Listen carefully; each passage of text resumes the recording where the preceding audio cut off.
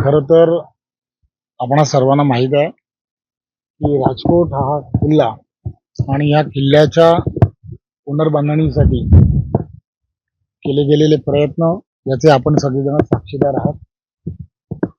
Navy डेच्या निमित्ताने या ठिकाणी एक भव्य असा पुतळा उभारावा अशा पद्धतीचं म्हणणं हे नेव्हीच्या ऑफिसर्स आणि त्यांच्या असणाऱ्या टीमचं होतं. सार्वजनिक बांधकाम विभागाने ही जी जागा आहे ती जागा ही प्रथमतः सार्वजनिक बांधकाम विभागाच्या नावावरती करणं, महसूल विभागाकडून ही प्रक्रिया पहिल्यांदा पूर्ण केली. आणि आपल्याला माहित आहे की आजूबाजूला हे तटबंदी जी करण्याचं काम आहे, हे तटबंदी करण्याचं जे काम आहे हे काम सार्वजनिक बांधकाम विभागाच्या माध्यमातून करण्यात आलं.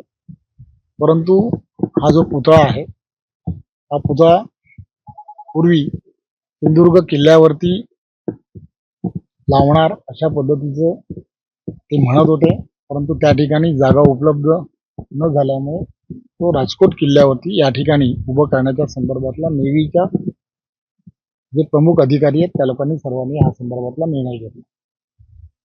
त्यासाठी लागणारे पैसे जे आहेत ते पैसे हे 2,36,00,000 रुपये हे महाराष्ट्र शासनाकडून नेव्हीला वर्ग करण्याचं काम हे करण्यात आलं. नेव्हीच्या सर्व अधिकाऱ्यांच्या देखरेखीखाली ही सर्वच्या सर्व प्रक्रिया पूर्ण झाली. त्याचा पुतळा उभारणे, तो पुतळा कोणी उभारावा, कसा उभारावा, या सगळ्या गोष्टी ज्या आहेत ज्याच्या पूर्ण म्हणजे निविदापासून प्रत्येक गोष्टीची प्रक्रिया ही नेव्हीच्या अधिकाऱ्यांच्या माध्यमातून झाली. त्यानंतरच्या काळामध्ये या ठिकाणी बाजूला असणाऱ्या जागेमध्ये फाउंड्री उभी करण्यात आली होती.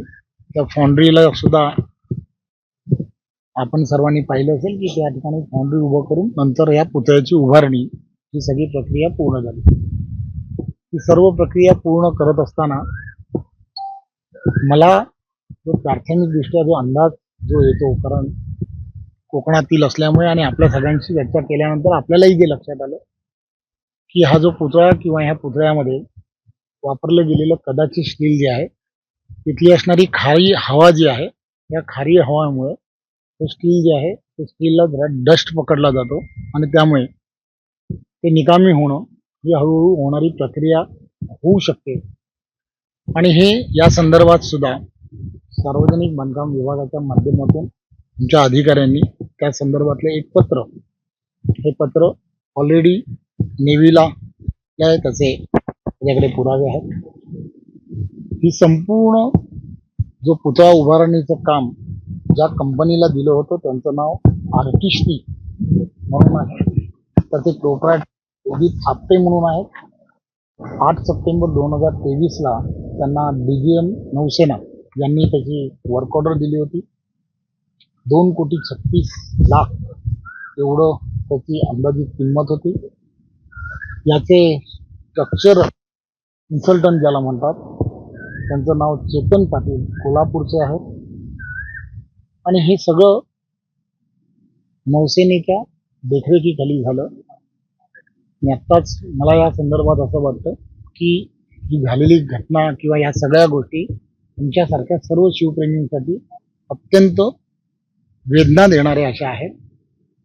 यामध्ये जो निष्काळजीपणा किंवा ज्या पद्धतीने शिल्पकार असेल किंवा ते कन्सल्टंट असेल की यांनी ज्या पद्धतीने यामध्ये स्वतः लक्ष घालून हे काम नव्हतं, हे काम ज्याला म्हणतो एखादी वर्क ऑर्डर देणं असं नव्हतं, तर ही एक आम्हा सर्वांची असणारी अस्मितेचा असणारा विषय होता.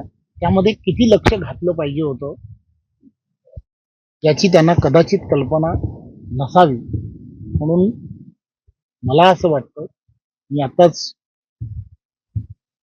कलेक्टरशी आणि SP साहेबांशी बोललो आहे की ही सर्व जी मंडळी यामध्ये ज्यांनी या पुतळ्याच्या उभारणीमध्ये किंवा शिल्पकार म्हणून ज्यांनी त्याच्यामध्ये तज्ज्ञ समिती नेमणं नक्की कशामुळे झालं हे नंतर करता येईल. परंतु हे याला सगळ्याला जबाबदार 8 महिन्यामध्येच असं जर होत असेल तर याला सगळ्याला जबाबदार हीच मंडळी आहेत असं मला तरी प्रथमदर्शनी वाटतं. त्यामुळे सुमोटो या सगळ्यांवरती गुन्हा रजिस्टर करावा असं मी ऑलरेडी सांगितलंय. आणि माझे अधिकारी जे आहेत सार्वजनिक बांधकाम विभागाचे अधिकारी आहेत त्यांना सांगितलंय की या सगळ्या कागदपत्रांसकट आपण जाऊन पहिल्यांदा यांच्यावरती गुन्हा रजिस्टर करा. कारण हे केलेलं जे कृत्य जे आहे हे कृत्य अशोभनीय आहे. कशामुळे झालंय, काय झालंय, हे केंद्रीय समिती असेल, नौसेनाचे अधिकारी असतील, ते येतील, चौकशी करतील.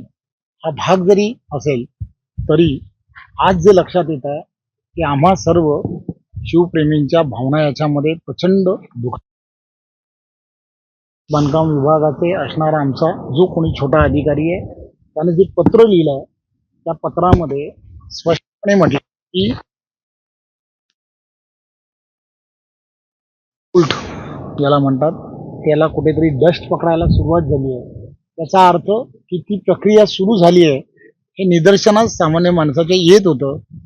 आणि हे त्यांनी म्हणजे हे करणं किंवा या सगळ्यामध्ये हलगर्जीपणा करणं हे काही योग्य नव्हतं असं मला प्रथमदर्शनी लक्षात येत. कोणाला दोषी ठरवणं किंवा न ठरवणं ही न्यायालयीन प्रक्रिया असू शकते.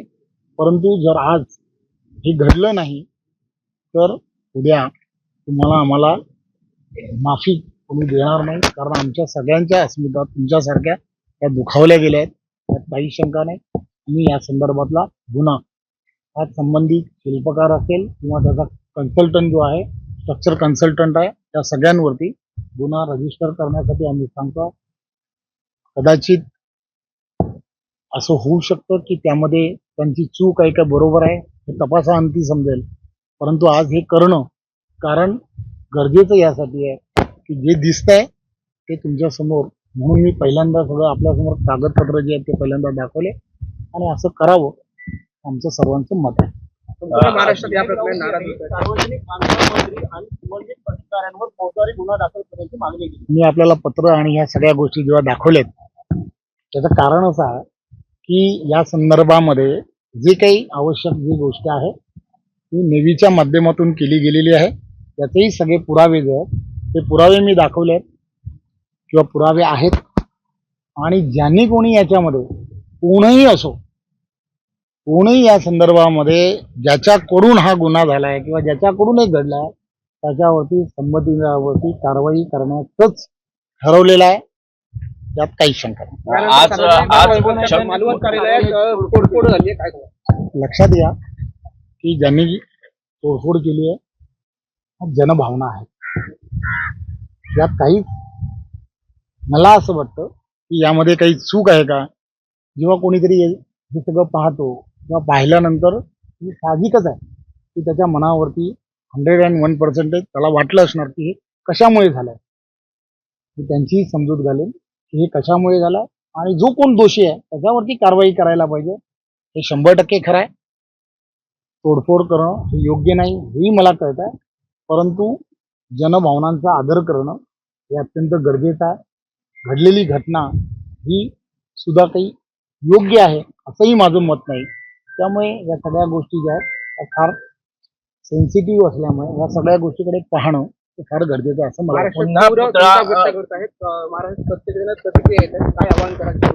मी फक्त शिवसेनेला एवढंच आव्हान करेन की संबंधित ज्या व्यक्तींनी किंवा ज्यांच्याकडून चूक झाली आहे किंवा ज्या घटना घडलेली आहे ती सखोल चौकशी होणं हे अत्यंत गरजेचं आहे. आणि लवकरात लवकर नेव्हीचे अधिकारी आणि हे सगळेजण आल्यानंतर जे काही निर्णय घेतला पाहिजे ते घेतील. लवकरच मुख्यमंत्री, उपमुख्यमंत्री आणि मंत्रालयीन आमचे सर्व मंत्रिमंडळ यांना नक्की सांगेल की लवकरात लवकर असाच आणि पूर्ण हे कुठेही या सगळ्या गोष्टीचा विचार करून लवकरात लवकर असावा भव्य असा पुतळा हा पुन्हा इथे उभारणं हे अत्यंत गरजेचं आहे असं मला वाटतं.